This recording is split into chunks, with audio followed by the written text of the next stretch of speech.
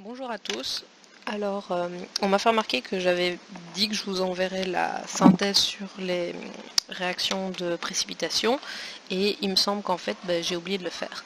Donc, par rapport aux réactions de précipitation, vous devez savoir la théorie, d'accord, donc ce que c'est qu'un précipité, le fait qu'un électrolyte fort se dissocie en ion, le fait qu'un non-électrolyte ne se dissocie pas en ion.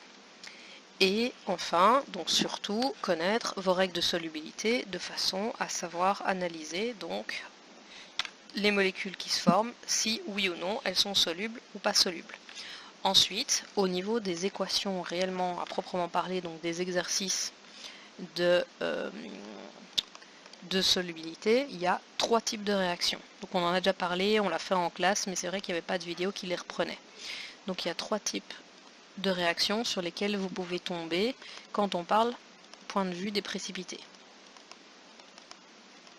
Donc, on doit toujours faire équation moléculaire, équation ionique et équation ionique simplifiée. Ça, c'est de toute façon.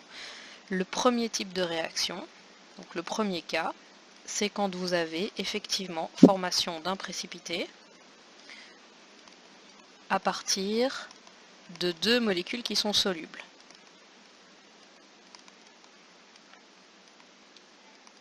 Alors, pourquoi est-ce que je précise à partir de 2 molécules qui sont solubles?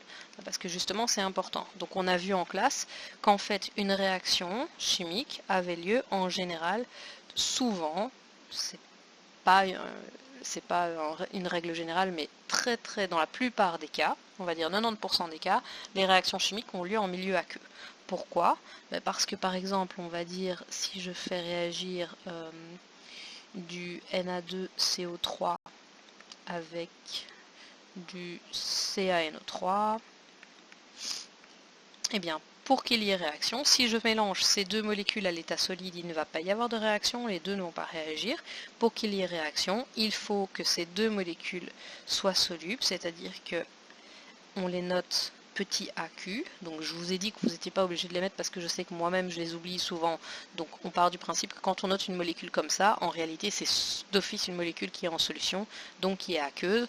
Normalement, c'est vrai, si vous faites des sciences plus tard à l'UNIF, vous devrez mettre le petit aqueux à chaque fois parce que si vous notez la molécule comme ça sous-entend qu'elle est solide. Alors pourquoi est-ce que quand elle est aqueuse, la réaction se fait et quand elle n'est pas aqueuse, ou quand ils sont solides, la réaction ne se fait pas? Mais parce que justement, une molécule qui est soluble que vous mettez dans l'eau, elle va se dissocier en 2 petits Na+, et 1 CO3 2- pour cette molécule-ci, et 1 Ca2+, et 2 petits NO3- pour cette molécule-là. Et une fois que les molécules sont en solution, eh bien, qu'est-ce qui se passe? Les molécules, elles se déplacent, d'accord? Parce que dans un liquide, vous avez vu ça en première, deuxième, que les caractéristiques d'un solide, c'est que les molécules sont immobiles, que dans un liquide, c'est qu'elles sont mobiles les unes autour des autres, et que dans un gaz, elles sont mobiles et elles ont tendance à s'éloigner les unes des autres. Et le fait qu'elles soient mobiles ici, eh bien, ça va permettre aux molécules de se rencontrer et de changer de partenaire. Donc ça veut dire que tant que la molécule est soluble, les molécules, les ions qu'ils forment vont pouvoir se déplacer et donc changer de partenaire, alors que si la molécule, les deux molécules en l'occurrence sont solides, elles ne peuvent pas changer de partenaire. C'est pour ça que la réaction ne se fait pas à l'état solide. Si vous mélangez deux poudres ensemble, elles ne vont pas avoir tendance à changer de partenaire parce que les ions sont très bien avec leurs voisins et qu'ils n'ont pas envie de changer de partenaire. Donc, le premier cas, c'est quand il y a formation d'un précipité à partir de deux molécules solubles. Donc là, je viens de vous réexpliquer pourquoi les molécules d'office dans les réactifs devaient être solubles. Et il y a donc le Na qui se met avec le NO3 et le Ca qui se met avec le CO3 et celui-là forme un précipité. Donc ça, c'est ce qu'on appelait l'équation moléculaire. Ensuite, il faut faire l'équation ionique et puis l'équation ionique simplifiée. Donc ça, c'est la même chose que ce qu'on fait d'habitude. Donc équation ionique et puis équation ionique simplifiée. D'accord? Donc dans l'équation ionique, je scinde toutes les molécules en ions sauf le précipité. Donc ça va me donner 2Na+. Ah oui, j'oublie pas de pondérer avant. je dois pondérer, il faut que j'ai un 2NaNO3.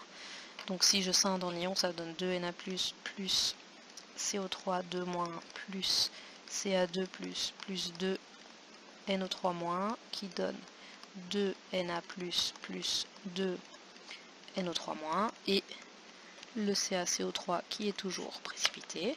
Et l'ionique simplifié, eh bien, je raye les ions qui sont spectateurs, qui ne participent pas à la réaction chimique, et je recopie que les ions qui ont effectivement participé à une réaction chimique en formant un précipité. Ça, c'est le premier cas, d'accord? Et c'est le cas normalement le plus courant, vu que dans le cadre des exercices sur les précipités, en général, ce que je veux, c'est former un précipité. Il y a cependant deux autres cas.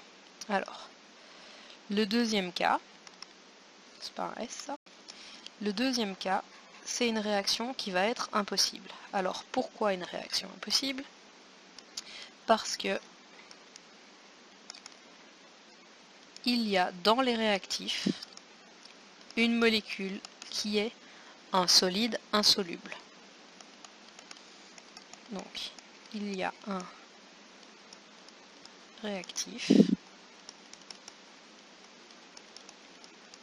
Alors, si on se base sur ce que j'ai dit précédemment, pour qu'il puisse y avoir une réaction et un changement de partenaire, il faut que les molécules soient scindées quand on les met en milieu aqueux, donc dans l'eau.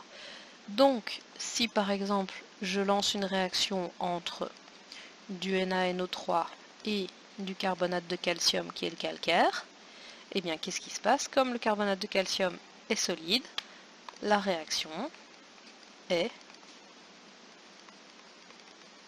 impossible parce que le Na ne peut pas changer de partenaire étant donné que ces deux-là restent collés. Et enfin, le troisième cas, c'est un cas où il n'y a pas de réaction, c'est-à-dire pas de précipité qui est formé.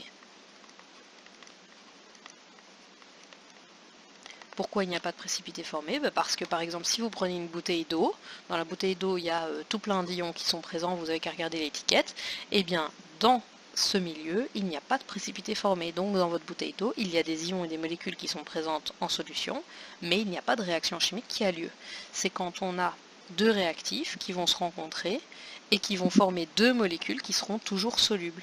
Par exemple, si on a du NaNO3, donc c'est l'équation moléculaire, qui va réagir avec du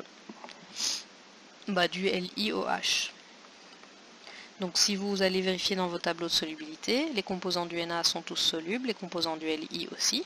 Si vous croisez les ions, donc vous les mettez en solution, vous les croisez, ça donne NaOH plus LiNO3. C'est une réaction qu'on pourrait écrire, qu'on peut écrire, qu'on écrit. D'accord? Dans toutes les réactions que je vous fais écrire depuis la 4e, il y en a plein des comme ça. Mais en réalité, si vous mettez ça dans de l'eau, donc que vous l'avez en milieu aqueux, et que vous mettez ça dans de l'eau en milieu aqueux, vous obtenez quoi?